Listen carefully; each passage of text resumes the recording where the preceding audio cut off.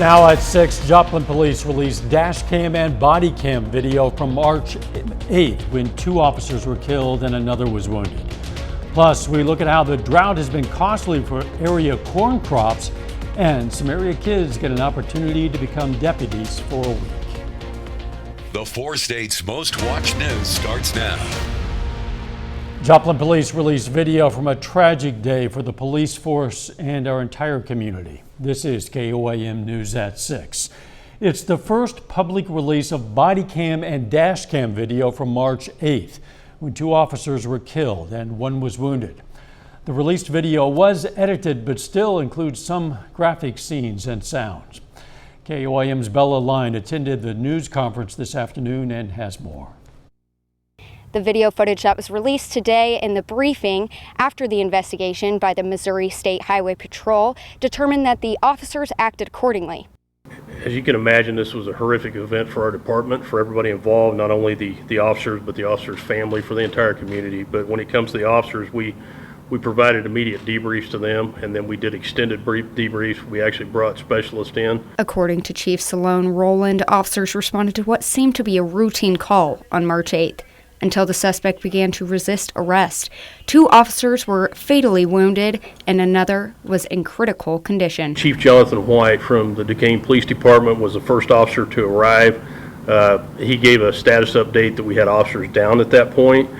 We really didn't know the condition of the officers or what had taken place. Now department leaders are looking back at what happened. Anytime we have a major event like this, we do a debrief, we look at it, we look at actions involved, we look at our policies, we do a complete review on it. This is, while there is no such thing as a typical call in law enforcement nowadays at all. The Joplin Police Department is still waiting for the full Missouri State Highway Patrol report. In Joplin, I'm Bella Line, KOAM News. The chief says during these months following the tragedy, the department has provided counseling services to the officers. Now, you can watch the full news conference, including the video released today, on our website or mobile app. You just search for the KOAM News app, or you can go online to KOAMnewsnow.com. Again, we do want to warn you that some of what you'll see and hear is graphic. The heat wave goes on and it's going to stay with us longer. Doug Heddy. Yeah, another hot one for us today. Day number 11 this summer that we've hit triple-digit heat, 4th day in a row. Some relief in sight, which is good news. Also, some rain chances will start to increase as we get into next week. So all of that is good news. Outside for us right now, we still have the heat advisories. These are in effect for another couple hours.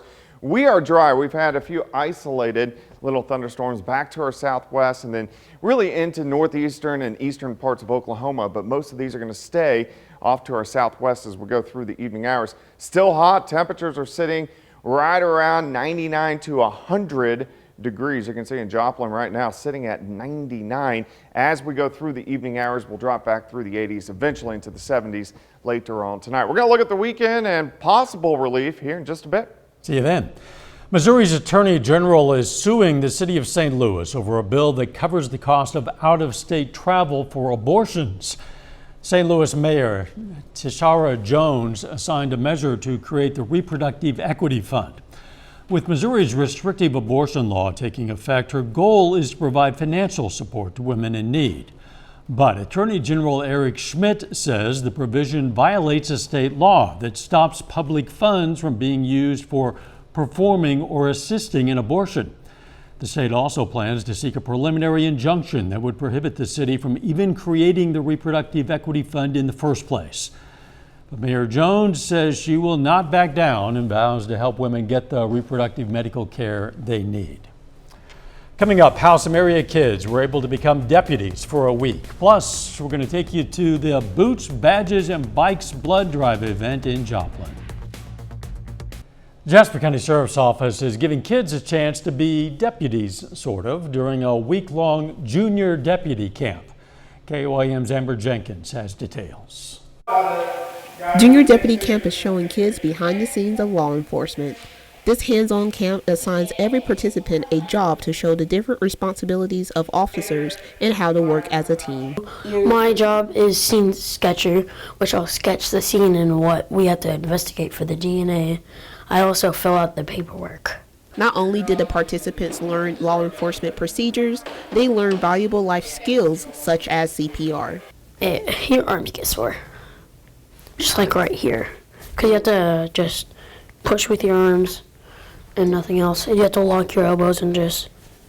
This is the first year the camp is held at Jasper County Sheriff Department after a 10-year hiatus. Sergeant Roy Teed wants to teach hands-on activities to kids to show how law enforcement helps the community. All these kids haven't even been alive as long as I've been a cop. That's interesting to me because we'll start having a conversation and the first day that somebody made a remark about, you keep saying that it used to be this way.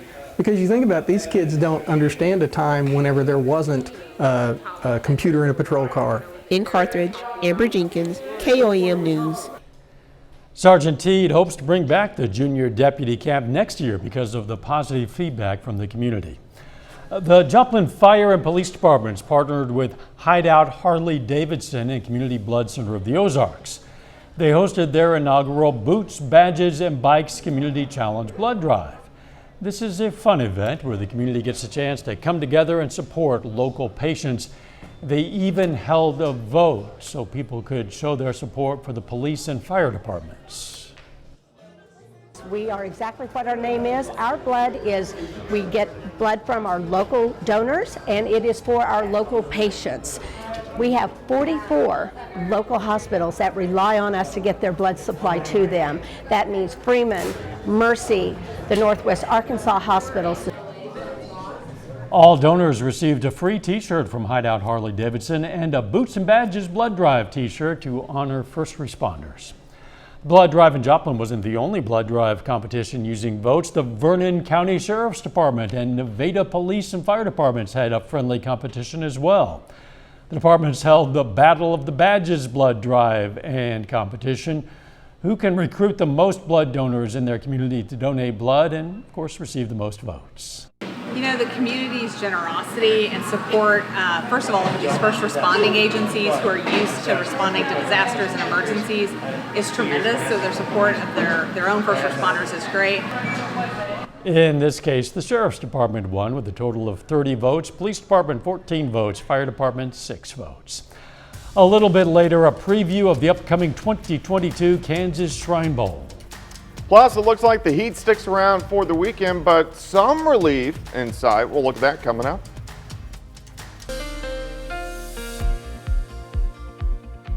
Well, of course, another hot one for us today. Temperatures back above 100 degrees once again, 4 days in a row now, and this is our 11th time this season, which is kind of crazy. Hot, dry, very evident on our Lander Chevrolet Tower cam. This is, of course, on the southeast side of the city, and our temperatures, again, still hovering right around 100 outside right now. Heat advisories in effect for the next few hours, and then they'll be dropped. But look at July so far. All these red days are days above normal. We've only had 2 days that have been below normal, and they're only 89 degrees.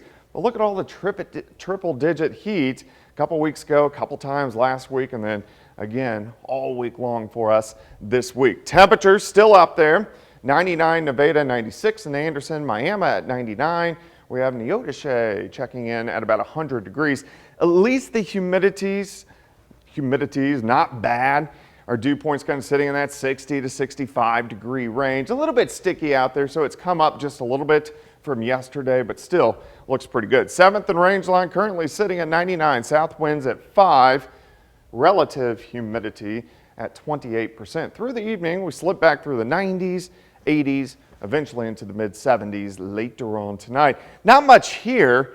There were a couple little pop-up little showers in our western counties, but most of the action has been kind of back to our south and to our west. Very similar to last night, northern parts of Oklahoma and then down through eastern parts of Oklahoma. And this is where it's going to stay as we go through the overnight hours. We're still dominated by this big dome of high pressure. Until that breaks down, we're not going to see a whole bunch of changes across the region, but there is a little bit of relief in sight. Let's go through tonight. We'll drop back mid-70s. Quick warm up through the 90s, mid-90s by noon, and then by the afternoon, I think again about 100, 101, 102 degrees. So here's your day planner if you're getting up early. 75 at 6, 96 by noon, High temp right around 102. Southerly winds 5 to 15.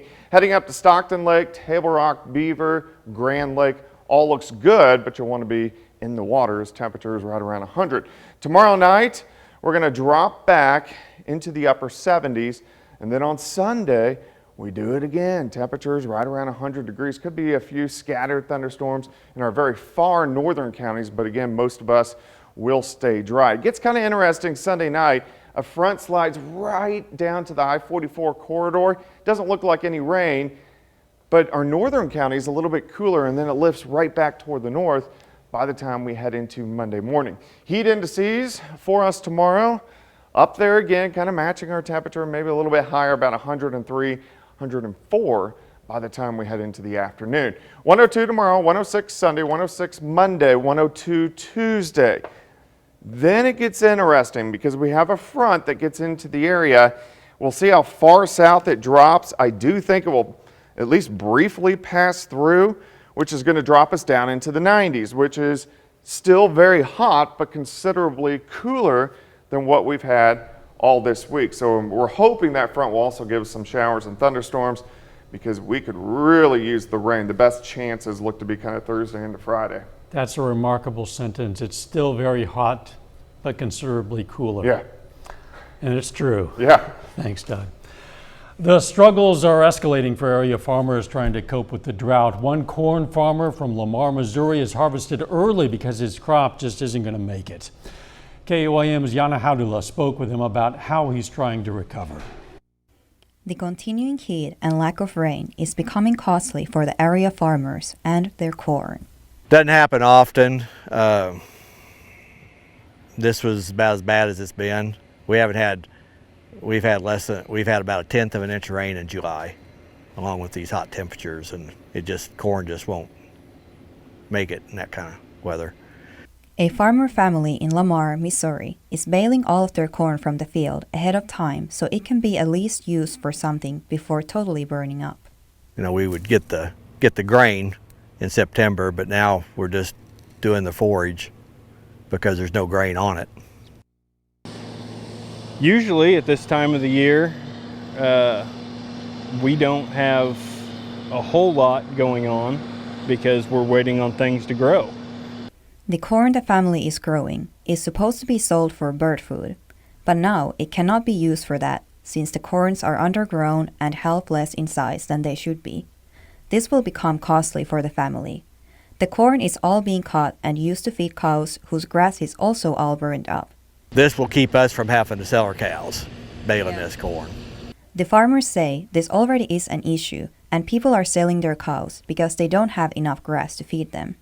Because if you have to start feeding hay now, next year's grass won't start coming up and get nice and green till middle of March next year. This will cause another issue later on, as there are not a lot of cows to get meat from. It could be said that the issue is affecting a greater area than you would first think. For next year, the farmers are wishing for rain and less heat. Pray for rain and pray for the farmers. In Lamar, Yana Haudala, KOAM News. Norwood usually harvests his corn in September. Coming up, we're going to take a look at the upcoming 2022 Kansas Shrine Bowl in Pittsburgh. The 2022 Kansas Shrine Bowl is right around the corner, and this year's game features 8 local athletes. The players have spent the past few days getting to know one another and participating in various activities, but it's also been a lot of hard work on the football field. Everyone's excited for the game tomorrow night at Carney Smith Stadium. It's like humbling, because everybody here, is probably one of the best on their high school team, and when you bring them all together, it's like hard work, and they make you work for everything here. It's been a lot of preparation, a lot of time, a lot of work going against all these all-stars, but I'm super excited to bring my talents. City of Pittsburgh also wants to warn residents to expect extra traffic due to the 2022 Kansas Shrine Bowl. Officials say the game will attract around 6,000 fans. They provided tips to avoid accidents or fatalities. They say to never pass cars at a crosswalk because they might be stopped for pedestrians. If you're walking, be sure to be visible and don't assume that the drivers around can see you. One Hutchinson neighborhood was inundated with the sound of honking all day long from people passing by, but not everyone seemed to mind the noise. Photojournalist George Taylor went to find out why. There's something you have to keep an eye out for on East 30th Avenue in Hutchinson, Kansas. And he's on a very busy street. First, you have to be aware. I've seen him out about twice. Then, be friendly. Tell you what, when people get off work, man, it's nothing but horn honking deluxe out here. Dennis Pearson has been waving at anyone who drives by his house for the last 4 years. Whew. Let's get up to 104 today. The 69-year-old usually sits on his front lawn and keeps track of the honks. Over 1 million honks. I already went through 2 counters. What started out as a way to pass the time. I never thought in my wildest dreams this would ever happen. Has blown up to celebrity status around town. I guess a bunch of people here in Hutch called up the newspaper and talked to Sandra and said, there's a guy out there on 30th. You ought to go check him out. See why he's waving at everybody. Is it his last day on earth or what? And I've seen him every afternoon and sometimes in the morning too. And with that kind of fame, even we came out to see him. 10 or 12. And man, I've had more people stop by. Oh, thank you for waving at us and let me honk and blah, blah, blah. And I said, well, I do it because I like it. I like people. For Pearson, this means a lot. Yeah. I know it sounds stupid, but you know, I didn't have nothing else going on. Ain't nothing else to do. Take your legs off and you find out how rough it is. And it's not as easy as it looks. Pearson lost his legs after getting deep vein thrombosis. That caused lack of circulation in the legs. Told my wife more than once, I wish I could have an attitude like him with what he's went through. A determination that's kept him going for the last 4 years, through every wave and honk. When I see him and the smile on his face, I know he's just saying hi and bringing joy. Pearson hopes he adds some joy to people's drive. If they wave back or honk or something, well, I know they care. You know, that's cool. So, if you find yourself driving down East 30th Avenue in Hutchinson, Kansas, do Dennis a favor. Keep him busy. Count it. Hope he's able to do it for a long time. Dennis Pearson, if you're watching, hi. Final check of the weather up next. Take time now to honor a local World War II veteran. Jack Marvin served in the U.S. Army 1941 until 1944. His hometown, Joplin, and we're proud to salute second-class machinist mate Jack Marvin, a four-state hero. Hey, if you're ever on the go and you want to still be able to watch our newscasts live, you can do it on vacation or at grandma's house or the beach or out in your fishing boat. All you have to do is download the KOAM Plus app. It's available free of charge in the Apple App Store of your choice. Just search for KOAM Plus. Here's a look at what's coming up on KOAM News at 9 on Fox 14. A Kansas historian stops by the Baxter Springs Museum to share his latest research project. Plus, we're going to have the latest on President Biden's condition after his COVID-19 diagnosis and what conservationists say is behind the monarch butterfly becoming endangered. Those stories, a lot more tonight on KOAM News at 9 on Fox 14. The heat goes on, Doug. It does. Unfortunately, we're going to be 102 tomorrow, 106 on Sunday, also on Monday, but a little bit of relief next week. That'll be welcome. We'll see you right back here for KOAM News at 10. Let's make it a great evening.